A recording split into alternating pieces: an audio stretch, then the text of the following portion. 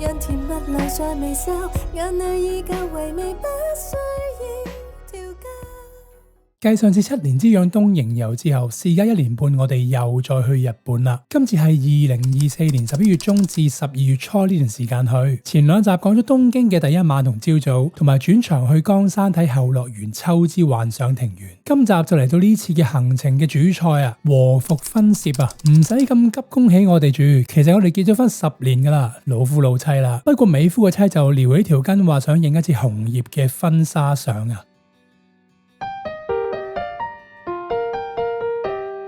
因為當年結婚係影櫻花喎，老婆話咩就咩啦。佢平時都冇乜點使錢嘅。我哋10年前結婚去韓國影，嗰陣係韓劇大熱時期啊，即係繼承者們同埋來自星星的你嗰陣，冇乜追開韓劇嘅我哋都噏唔出啲韓星名啊。嗰次我哋係由香港嘅 agent Sign Love Korea Pre-Wedding 安排婚攝嘅。點解會揀呢間 agent 呢？其實我哋只係問過2間公司，一間係朋友介紹嘅香港攝影師，揾佢影照要俾埋佢對 crew 嘅酒店住宿費，啲衫同埋化妝嘅安排咧都唔記得啦。因為 send 咗個 inquiry， 佢根本就好似冇覆過我哋。另一間就係好 random 咁上網篤嘅 agent Sign Love， 佢覆得快，資料亦都詳細。我哋問嘅時候係12月，而櫻花季係3月，其實時間都幾緊迫。要快快做決定落訂啊！嗰次嘅體驗係唔錯嘅，我哋睇相簿最後揀咗 Studio Bong， 因為佢有好靚嘅 3D 白玫瑰場景啊，啲價錢係27,000蚊港紙左右啦，咁就包30張修圖，同埋保證有200張原圖俾翻我哋嘅。衫方面，女仔就有3套衫，男仔就有2套，包化妝造型，一個翻譯同1個阿豬媽，一位攝影師同助手一位，主要場景都係室內嘅，一個好大好多場景嘅 studio 啊。外面就有條路，有2排櫻花樹咁啦。最後影出嚟嘅效果係超乎我哋想象啊！而2個木木獨獨又唔識擺 pose、唔太識笑嘅人嚟講，可以影到咁樣真係唔話得噶，無憾啊！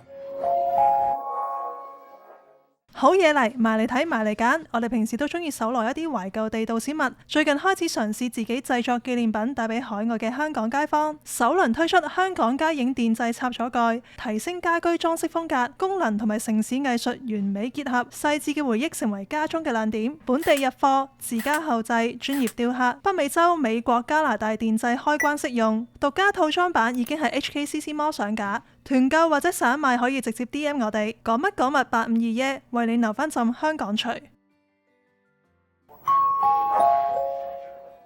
呢次嘅日本和服婚攝其實係睇 YouTuber Kiki and May 隨意去飛介紹嘅 Lovey Photography Japan， 佢哋分別喺京都同岡山影婚紗相。不過我哋2024年年初 book 嘅時候，佢哋只係分享到京都嗰 part， 後來先出片，原來佢哋都揀咗岡山。見人哋影得幾好，就唔花時間再慢慢揾啦，直接 Facebook inbox 問資料。我哋主要係想影和服，所以就揀咗雅呢個 package。package 包括男女各一套和服，美夫個妻咧就可以揀白無垢同色打掛，佢係揀咗後者嘅。化妝造型女仔就一定有啦，都係朝早8點半到店鋪，淨係執個樣同埋頭都搞咗粒幾鐘啊。男仔就一係化妝一係 set 頭2揀1，好在我都識自己 gel 下頭，咁佢就淨係幫我補下粉遮下毛孔，勾翻條眉同眼線出嚟睇落精神啲。化妝姨姨好 nice， 識講少少英文。翻譯就淨係識國語，我喺國語就麻麻地，所以就靠美夫個妻再翻譯翻廣東話俾我聽啦。攝影師方面，我哋睇 sample 相就揀咗一個，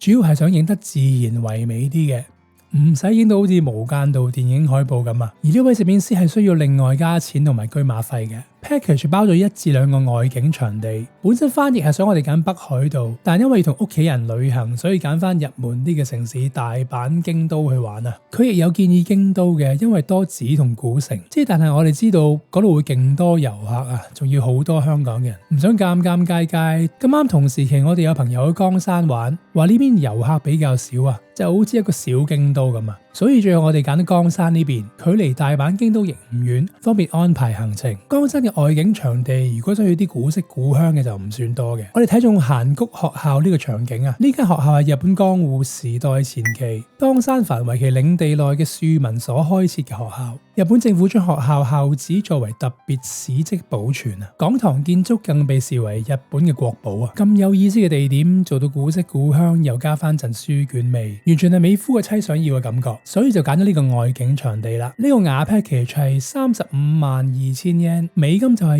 2330蚊左右。呢個價係2024年年初嘅價錢，而家年尾佢輕輕加咗價。有興趣嘅朋友可以上翻去官網睇，條 link 我哋會放喺 description 嗰度。我哋另外追加咗拍影片啊，因為美夫個妻想整個類似 MV 嘅歌作為10週年嘅紀念。呢個影片追加費係165000 yen， 大概係美金1100蚊左右。佢本身有免費版權嘅背景音樂提供，一般客人都會揀佢哋嘅音樂嘅。不過美夫嘅妻就想用自己嘅歌，所以用咗大半年嘅時間搭晒膊頭揾朋友作曲、編曲、錄音同埋混音啊。而歌詞就係佢自己填翻嘅。要搞一個以押韻分類嘅填詞教學，搞咗咁多年我都棘住晒，直至舊年遇上學識 .com 同埋 Visual Fonts。學識係一個以粵語為主要嘅教學平台，先至做到一個適合我嘅填詞教學課程。至於 Visual Fonts 更加係一個不可多得嘅好幫手，省卻咗我好多時間同埋眼力，令我可以專注做翻以填詞技巧為主嘅內容。喺度特別鳴謝以上兩個組織同埋發明人，令我可以成就解鎖。填詞真係好好玩，自作業不賴活廣東歌填詞線上教學課程。詳情同埋報名方法請見影片下面嘅描述欄。後嚟 studio 嗰邊都同我哋講翻，我哋係第一個客人用自己製作嘅音樂做影片。留意翻影片係唔可以用有版權嘅歌嘅，即係現時嘅流行曲啊、經典名曲等等都唔可以用。所以點解大部分嘅客人都係用翻佢哋嘅免費版權音樂？又因為要拍影片，呢個場地就唔太足夠啦，於是就追加多個外景場地啊。影像師聽到音樂之後就建議揀曹園子，呢個景點係江山人口之中嘅秘境之地啊。根據 Wiki， 而家寺內20幾個僧侶之中，得主持係日本人，其餘竟然都係來自歐美嘅外國人啊！我哋選擇信任影像師嘅專業，所以同意追加外景，而追加費係44000 yen， 即係大概300蚊美金左右。最後我哋呢輯攝影連影片咧係632500 yen， 即係4200蚊美金，計翻港紙大概係32700蚊啦。同10年前喺韓國影係27000蚊，為咗5600幾啊！但係今次多咗影片同埋物價通脹嘅情況下，呢個價錢我哋都認為算合理。喺日本拍攝當日，除咗化妝師、翻譯、攝影師、影像師之外，仲有一個助手兼司機姐姐跟住，一隊 crew 有5個人服侍我哋啊！全程專車接送，唔使另外搭的士，車程去2個外景，來回加埋都2-3粒鐘啊！而影相又影咗2-3粒鐘，計埋朝早化妝換衫等等，都用咗8個幾鐘。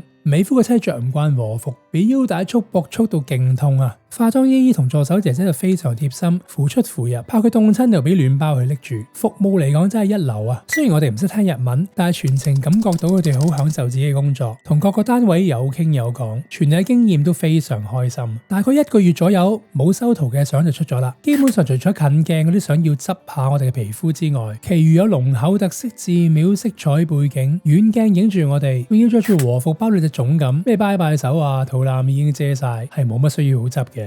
化妝同攝影角度同10年前韓國嗰輯相比較咧，韓國嘅效果係比較驚豔嘅。就算今次喺日本影相，化妝姨姨知道10年前我哋喺韓國影過之後，都好坦白講，日本嘅化妝係冇韓國嗰啲咁神奇。化妝嚟講，男仔就冇乜所謂啦，但係女士們應該會 prefer 韓式嘅化妝多啲。而攝影技術嚟講咧，我哋都認為冇得 Apple to Apple 咁比較嘅。首先韓國係室內嘅 studio， 攝影師非常熟悉要邊個位企，新人要擺咩 pose，燈光要擺邊個位等等，仲要係冇天氣啊、路人影響嘅。相反，日本電影室外，而且都係旅遊景點，又有遊客，仲要約小學生鴨仔團嚟參觀野餐啊！技術同耐性都要求會高啲。好彩我哋揀甚少會落雨嘅江山地區，就唔會太惹氣啦。同韓國嗰則比較，日本嘅想要影得到對新人，又要影埋個背景，角度要平衡得好好啊。韓國 studio 影人嘅比例就會多啲，背景只係稍微襯托。反而執相嚟講咧，韓國嗰次就要搞好耐啦，因為好多都係近鏡甚至大頭相啊。至於影片就會喺美夫個妻嘅台公開，大家可以當聽新歌咁聽啊。記得2個台都要 comment、like and share， 唔好錯過啦。